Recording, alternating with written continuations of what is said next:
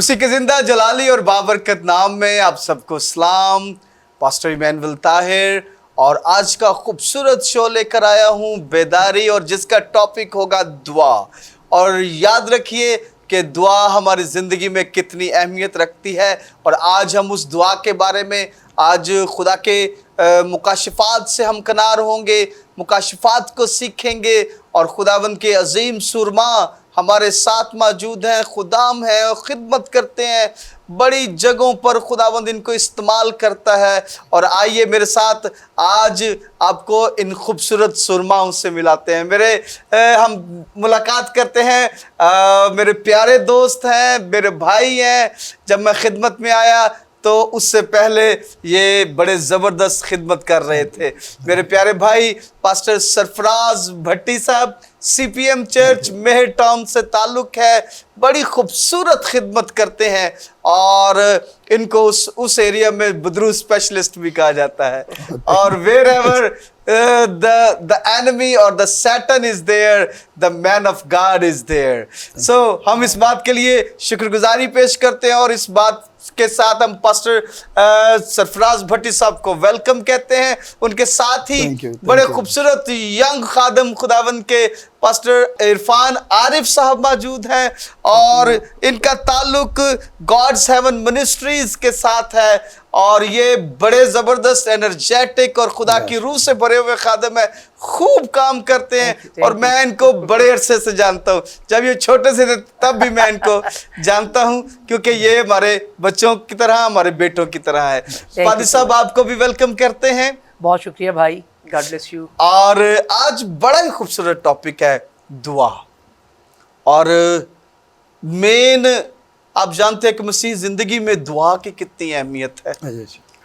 दुआ, जो शख्स दुआ नहीं करता, he is not connected with God. बेशक वो खुदा के साथ जुड़ा नहीं रह सकता। जो दुआ नहीं करता उसकी तरक्की नहीं हो पाती।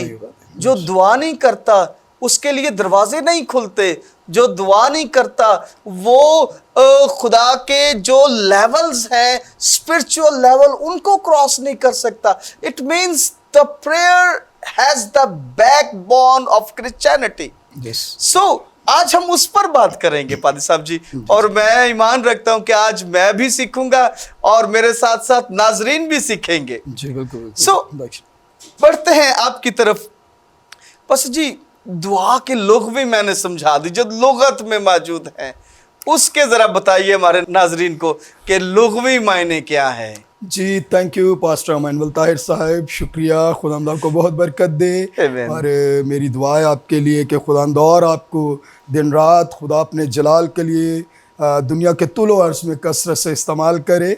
और ये हकीकत है, मैं इस बात को कहूँगा कि ये दुआ ही की बदौलत जो है आप भी इस मुकाम तक पहुँचे हैं। मैंने आपको देखा है खुदा की खिदमत करते हुए, और नो डाउट, और मैं यहाँ पर आज बड़ा खुश भी हूँ।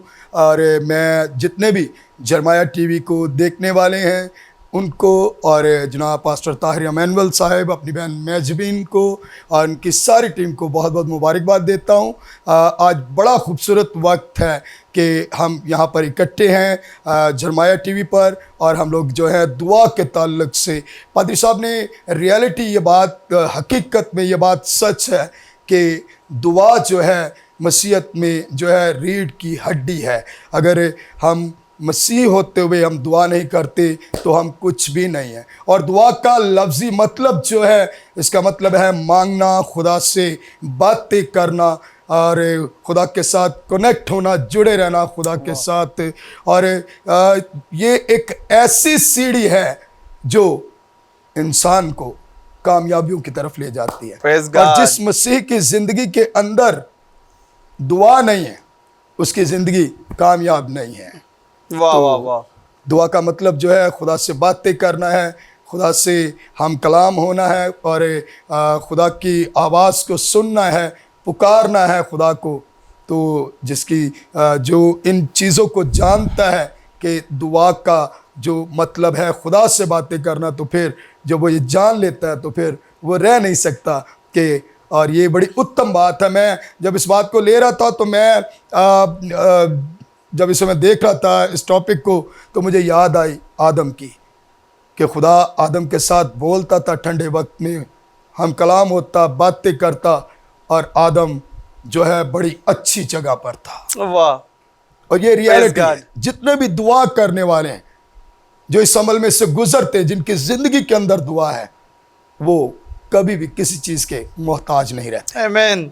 मतलब अब यूं कहा जा सकता है कि दुआ करना मतलब बातें करना है। यस। अब क्वेश्चन रेज होता है कि क्या एक तरफा गुफ्तगू है कि दोनों अतराफ से गुफ्तगू है, कि क्या हम सिर्फ खुद ही बातें कर लें और किसी की बातें ना सुने? हाँ, क्वेश्चन ये है।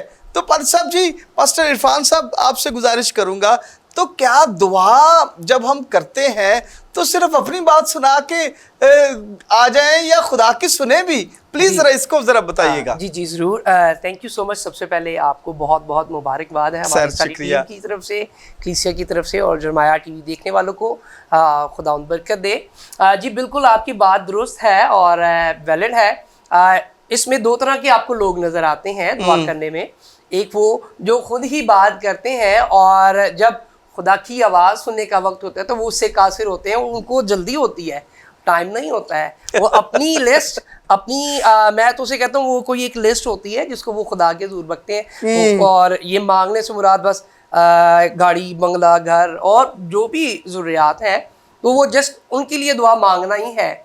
और जो मसीही रासबाज ईमानदार लोग हैं वो इस बात पर भरोसा रखते हैं। और पालूस रसूल ऐसों के लिए खूबसूरत लफ्ज़ बोलता है और कहता है, जो बेगाना ज़ुबान में दुआ करता है वो आदमियों से नहीं बल्कि खुदा से बातें करता है। तो ये एक अहम हिस्सा है और मैं समझता हूँ अहम जुज़ है जो हम सब ईमानदारों की ज़िंदगी में होना चाहिए। और ये एक वसीला है जिसके वसीला से हम खुदा से बात कर सकते हैं और खुदा की आवाज़ को अंडरस्टैंड भी कर सकते हैं। वाह। मतलब आगे अगर हम इसको और कैटेगराइज करें तो एक तो हम बात कर रहे थे कि अगर हम खुद ही खुदा से बातें करके आ जाएं, खुदावंद ये चाहिए, खुदावंद वो चाहिए, वो फलां कर दे, खुदा फलां कर दे, आज मेरी छुट्टी होनी चाहिए, आज मुझे छुट्टी दिला दे, ये व्हाट्सएवर, एक ये वाला एक कॉन्सेप्ट है। और आपने बड़ी अच्छी बात की है। एक ये कॉन्सेप्ट है कि हम अपनी बात सुना रहे हैं और खुदा की ना सुने। खुदा हमसे बात करना चाहता है जैसे वो आदम से बात करता है। और बाइबल इस बात की गवाह है कि खुदा लोगों से हम कलाम होता है, खुदा बिल मुशाफा मुलाकात करता है, खुदा रूबरू मुलाकात करता है और बातचीत करता है। और इसी तरह से आज के जो मॉडर्न इरा है, आप जानते हैं, मैं जानता हूँ, खुदा हमसे बातें करता है और हम खुदावंद को सुनते हैं। एक तो ये वाली बात होगी। और दूसरी, एटवंस आपने एक बड़ी खूबसूरत बात कही कि हम अगर खुदा के साथ पाकरू यानी गैर जुबानों में बात करते हैं तो इट मीन्स हम खुदा तक पहुंच रहे होते हैं, खुदा की भेद की बातों को भी जान रहे होते हैं। खुदा उस जुबान के वसीला से भी हम खुदा से बातचीत कर रहे होते हैं। और पाकरू कलाम फरमाता है कि पाकरू हमें सिखाता है, पाकरू हमें दुआ करना सिखाता है, पाकरू खुदा के भेद की बातें हम तक पहुंचाता है। मतलब इसी तरह से, मतलब दूसरे लफ्जों में अगर हम दुआ गैर जुबानों में भी करते हैं तो गैर जुबानों से हम बहुत इफेक्टिवली खुदा तक पहुंच सकते हैं। और इसका तर्जमा भी है, बेशक जी जी, इसका तर्जमा भी है कि जब हम आगे बढ़ते हैं तो पालूस के इस बात को बड़ी वजाहत से बयान करता है कि नबूवत करें लेकिन अच्छा है कि तर्जमा भी करें। जी जी बेशक। सो ये एक मतलब एक कंटिन्यूस प्रोसीजर है कि जब हम खुदावंद में बढ़ते चले जाते हैं तो खुदावंद जो है वो हमें इसमें आगे और बहुत सारे दर्जात देता चला जाता है। पाल साहब जी, दुआ रोज करनी चाहिए कि नहीं? जी बिल्कुल, बिला नागा दुआ करनी चाहिए। वाह। कलाम मुक़द्दस में लिखा है, कलाम में लिखा है याकूब के ख़त में कि बिला नागा दुआ करो। अब बिला नागा दुआ करने से होता ये है कि जब हम दानियल की ज़िंदगी को देखते हैं तो दानियल दिन में 3 बार दुआ करता था और उस दुआ का बड़ा इफेक्ट है। जो लोग दुआ करते हैं वो कहीं पर भी ज़िंदगी के किसी मैदान में, किसी जंग में वो हारते नहीं हैं।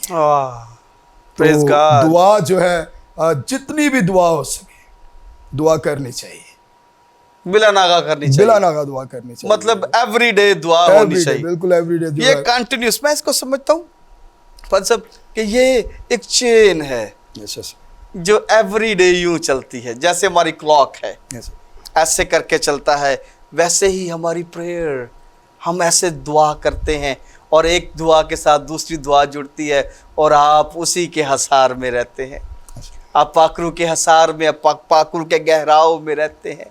सो नाज़रीन, बिला नागा दुआ करनी चाहिए। सर, बिला नागा दुआ करने से क्या होता है? कभी कभी दुआ क्यों नहीं कर सकते?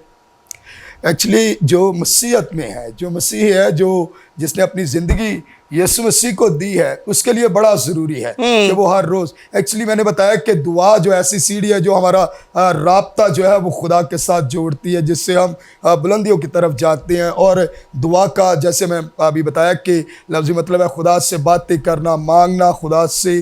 तो जब हमारा ताल्लुक़ हर रोज़ खुदा के साथ है तो फिर खुदा हमें हर तरह की मुश्किलात से, हर तरह के हादसात से और हर तरह की इब्लीस की कुव्वतों से, उसके मंसूबों से खुदा महफूज रखेगा। जिस तरह से हम देखते हैं दानियल की लाइफ को कि उसे शेरों की मान में डाल दिया गया, और यकीनन दानियल इसलिए शेरों की मान में डाला गया कि वो 3 टाइम दिन में दुआ करता था। और लोगों ने इस बात पर जो है उन्होंने एक जो है आपस में बातचीत की और उन्होंने इस बात को लेकर उन्होंने प्रोपेगेंडा किया और उन्होंने लेकर दानियल के ख़िलाफ़ जो है बादशाह के हज़ूर में इकट्ठे हुए। और बादशाह इस बात पर था, क्योंकि ये हुक्म था कि जो भी बादशाह के हुक्म को नहीं मानेगा उसे भूखे शेरों की मान में डाल।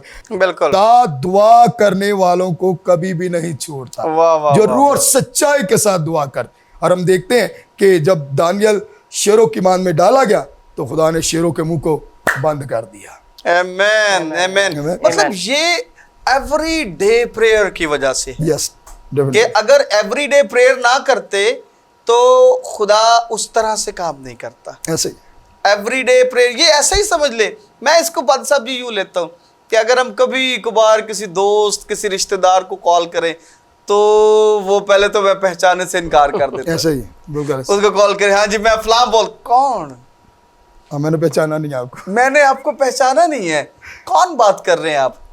तो जब हम भी कभी कभार जब कॉल करते हैं खुदावंद को, तो खुदावंद फिर भी बड़ा अच्छा है, हमारी बात सुन लेता है। लेकिन वो अहमियत नहीं होती जो एवरीडे आने वाले बंदे की होती है। बिल्कुल ऐसे। जो एवरीडे आके दुआ करता है, खुदा के हुजूर झुकता है, उसके पाँव को चूमता है, उसकी जो वैल्यू है वो कभी कभार आके दुआ करने वाली नहीं। लेकिन फिर भी खुदावंद जो है वो हमसे बड़ा प्यार करता है और वो चाहता है कि हम उसके हुजूर आए।